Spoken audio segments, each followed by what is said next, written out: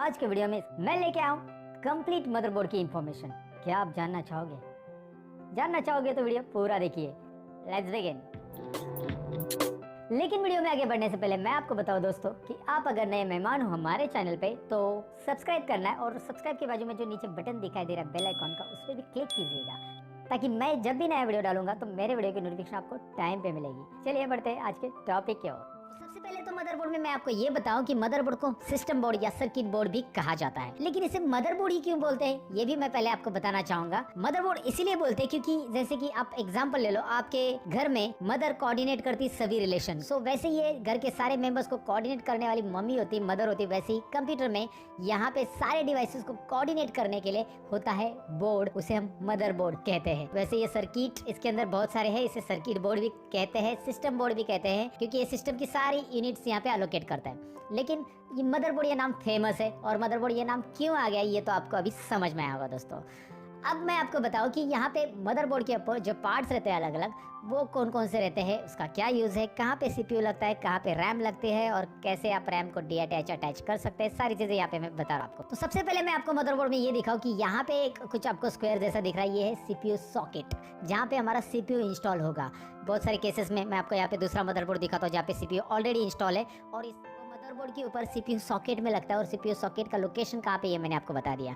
तो आपका जो कंट्रोलर है कंप्यूटर का, जो ब्रेन है, वो भी मदरबोर्ड पे अटैच है। मदरबोर्ड उसे भी अलग अलग डिवाइसेस के साथ कोऑर्डिनेट करता है। ऑफ कोर्स ब्रेन अगर डिवाइसेस के साथ कोऑर्डिनेट नहीं हो पाया मदरबोर्ड के जरिए तो फिर ब्रेन इंस्ट्रक्शन सेंड ही नहीं कर पाएगा, राइट। सो सीपीयू की लोकेशन आपको समझ में आई।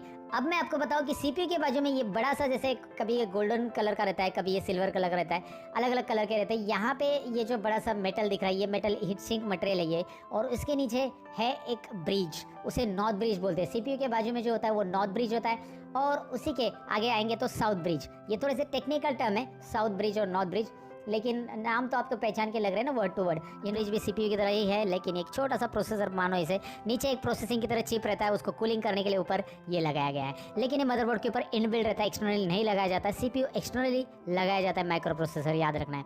और ये नॉर्थ ब्रिज और साउथ ब्रिज।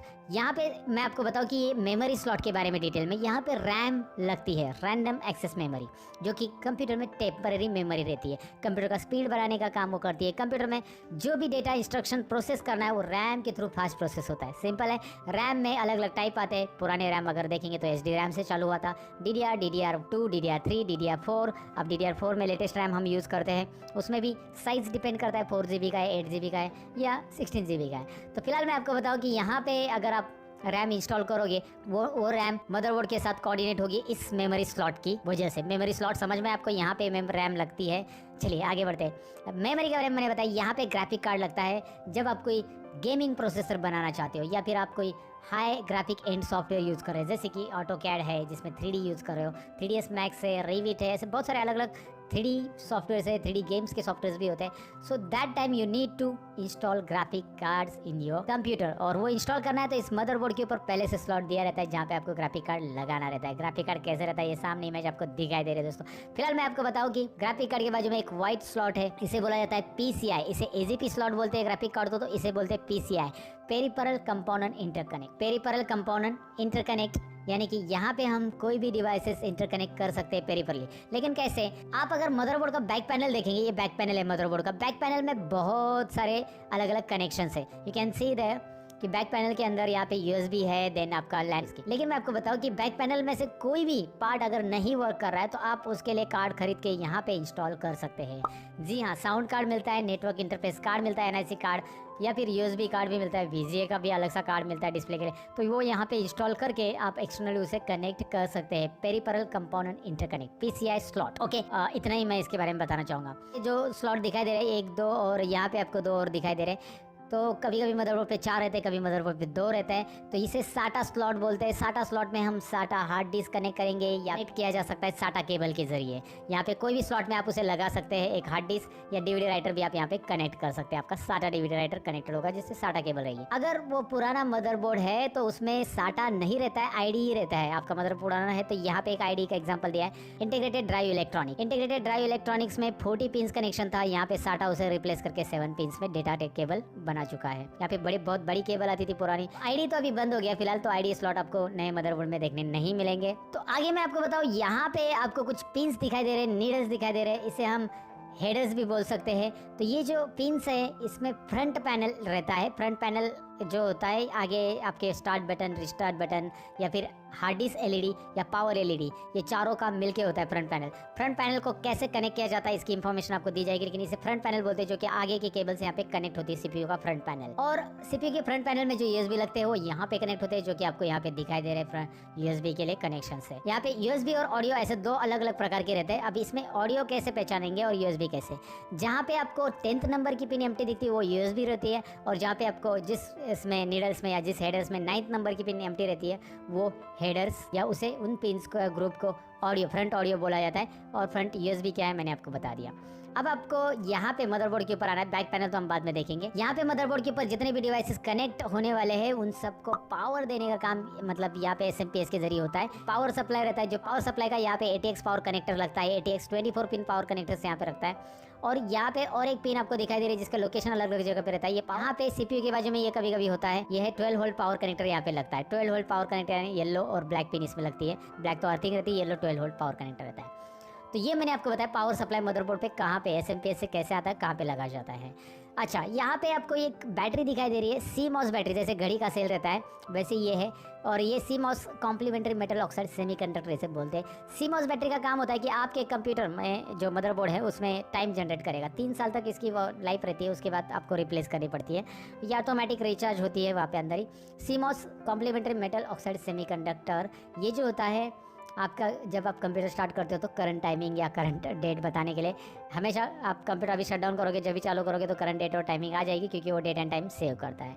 CMOS बैटरी के साथ साथ मदरबोर्ड के ऊपर रहता है बायोस, जो कि अलग अलग कंपनी के रहते हैं। EMI बायोस रहता है, अलग अलग कंपनी के होते हैं। बायोस का काम क्या होता है, एक ऐसी चिप रहती है जिसके अंदर मदरबोर्ड के पूरे ड्राइवर स्टोर रहते हैं। जी हाँ, मदरबोर्ड को चलाने के लिए ड्राइवर तो चाहिए। मदरबोर्ड को कीबोर्ड डायरेक्ट कनेक्ट कर सकते हैं, माउस डायरेक्ट कनेक्ट कर सकते हैं। तो कीबोर्ड माउस डायरेक्ट चालू होता है, उसके लिए कोई ड्राइवर हम इंस्टॉल नहीं करते, तो वो मदरबोर्ड में रोम में रहते हैं, बायोस में रहते हैं। बायोस को रोम भी बोला जाता है, रीड ओनली मेमोरी, जिसका मेमोरी कभी इरेज नहीं किया जाता। रैम में रैंडमली एक्सेस मेमोरी होता है जो इरेज होता रहता है, क्योंकि वहाँ पे मेमोरी टेम्पररी स्टोर रहती है रैम के अंदर, लेकिन रोम के अंदर परमानेंट स्टोर होती है। याद रखना, ये बायोस है।